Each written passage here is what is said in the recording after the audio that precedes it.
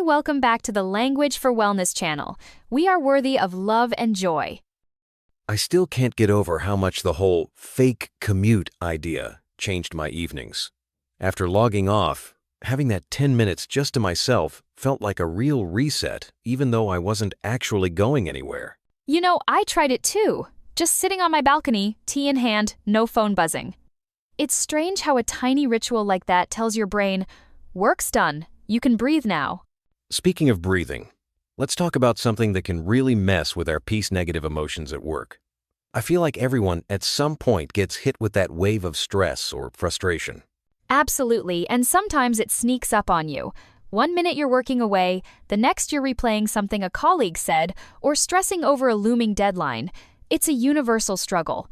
Let's get real for a second when I get negative feedback. My first instinct is to tense up. I start thinking, did I mess everything up? Or are they unhappy with me as a person?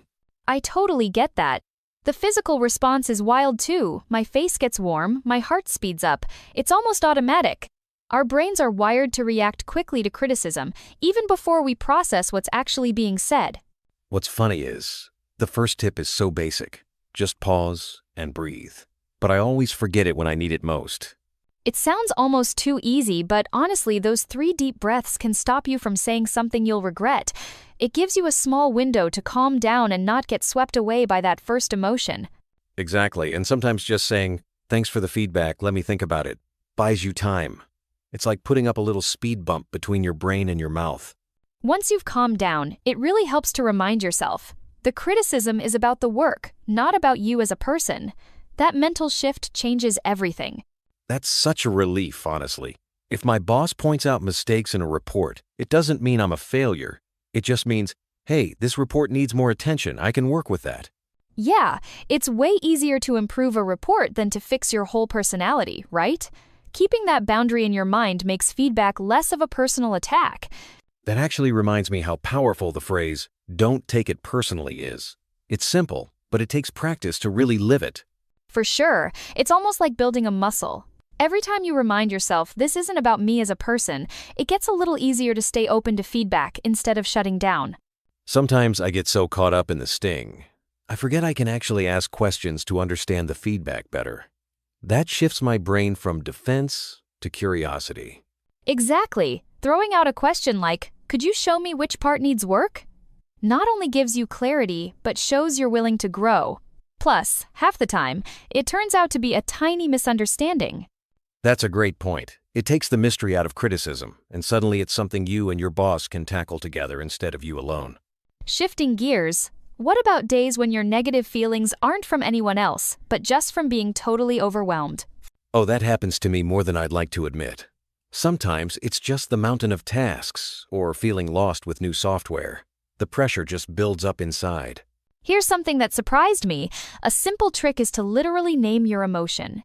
Like, quietly say to yourself, I'm stressed because this project is massive, or I feel frustrated not knowing this tool. I was skeptical at first, but it really does help.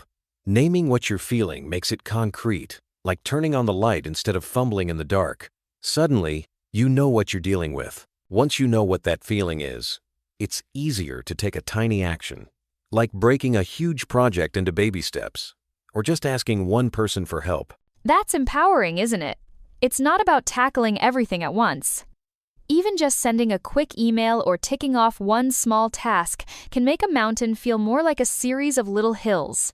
There's something comforting about knowing you can't control every outcome, but you can control your next move. That tiny bit of control really adds up over time. For me, it's the difference between spiraling and feeling grounded. When work gets tough, focusing on just the next step makes everything way less overwhelming. So, if we wrap it all up, pause and breathe when criticism hits. Keep work feedback separate from your self-worth. Ask questions to get clarity, and if stress builds, name the feeling and do one small thing. Exactly. And remembering that negative emotions are just a part of work life, they're not a personal failure. The real skill is learning how to handle them, not avoid them. Before we go, I'm curious what's one feeling you notice at work lately? Maybe it's excitement, fatigue, or even just boredom. Catching that emotion is the first step. I love that.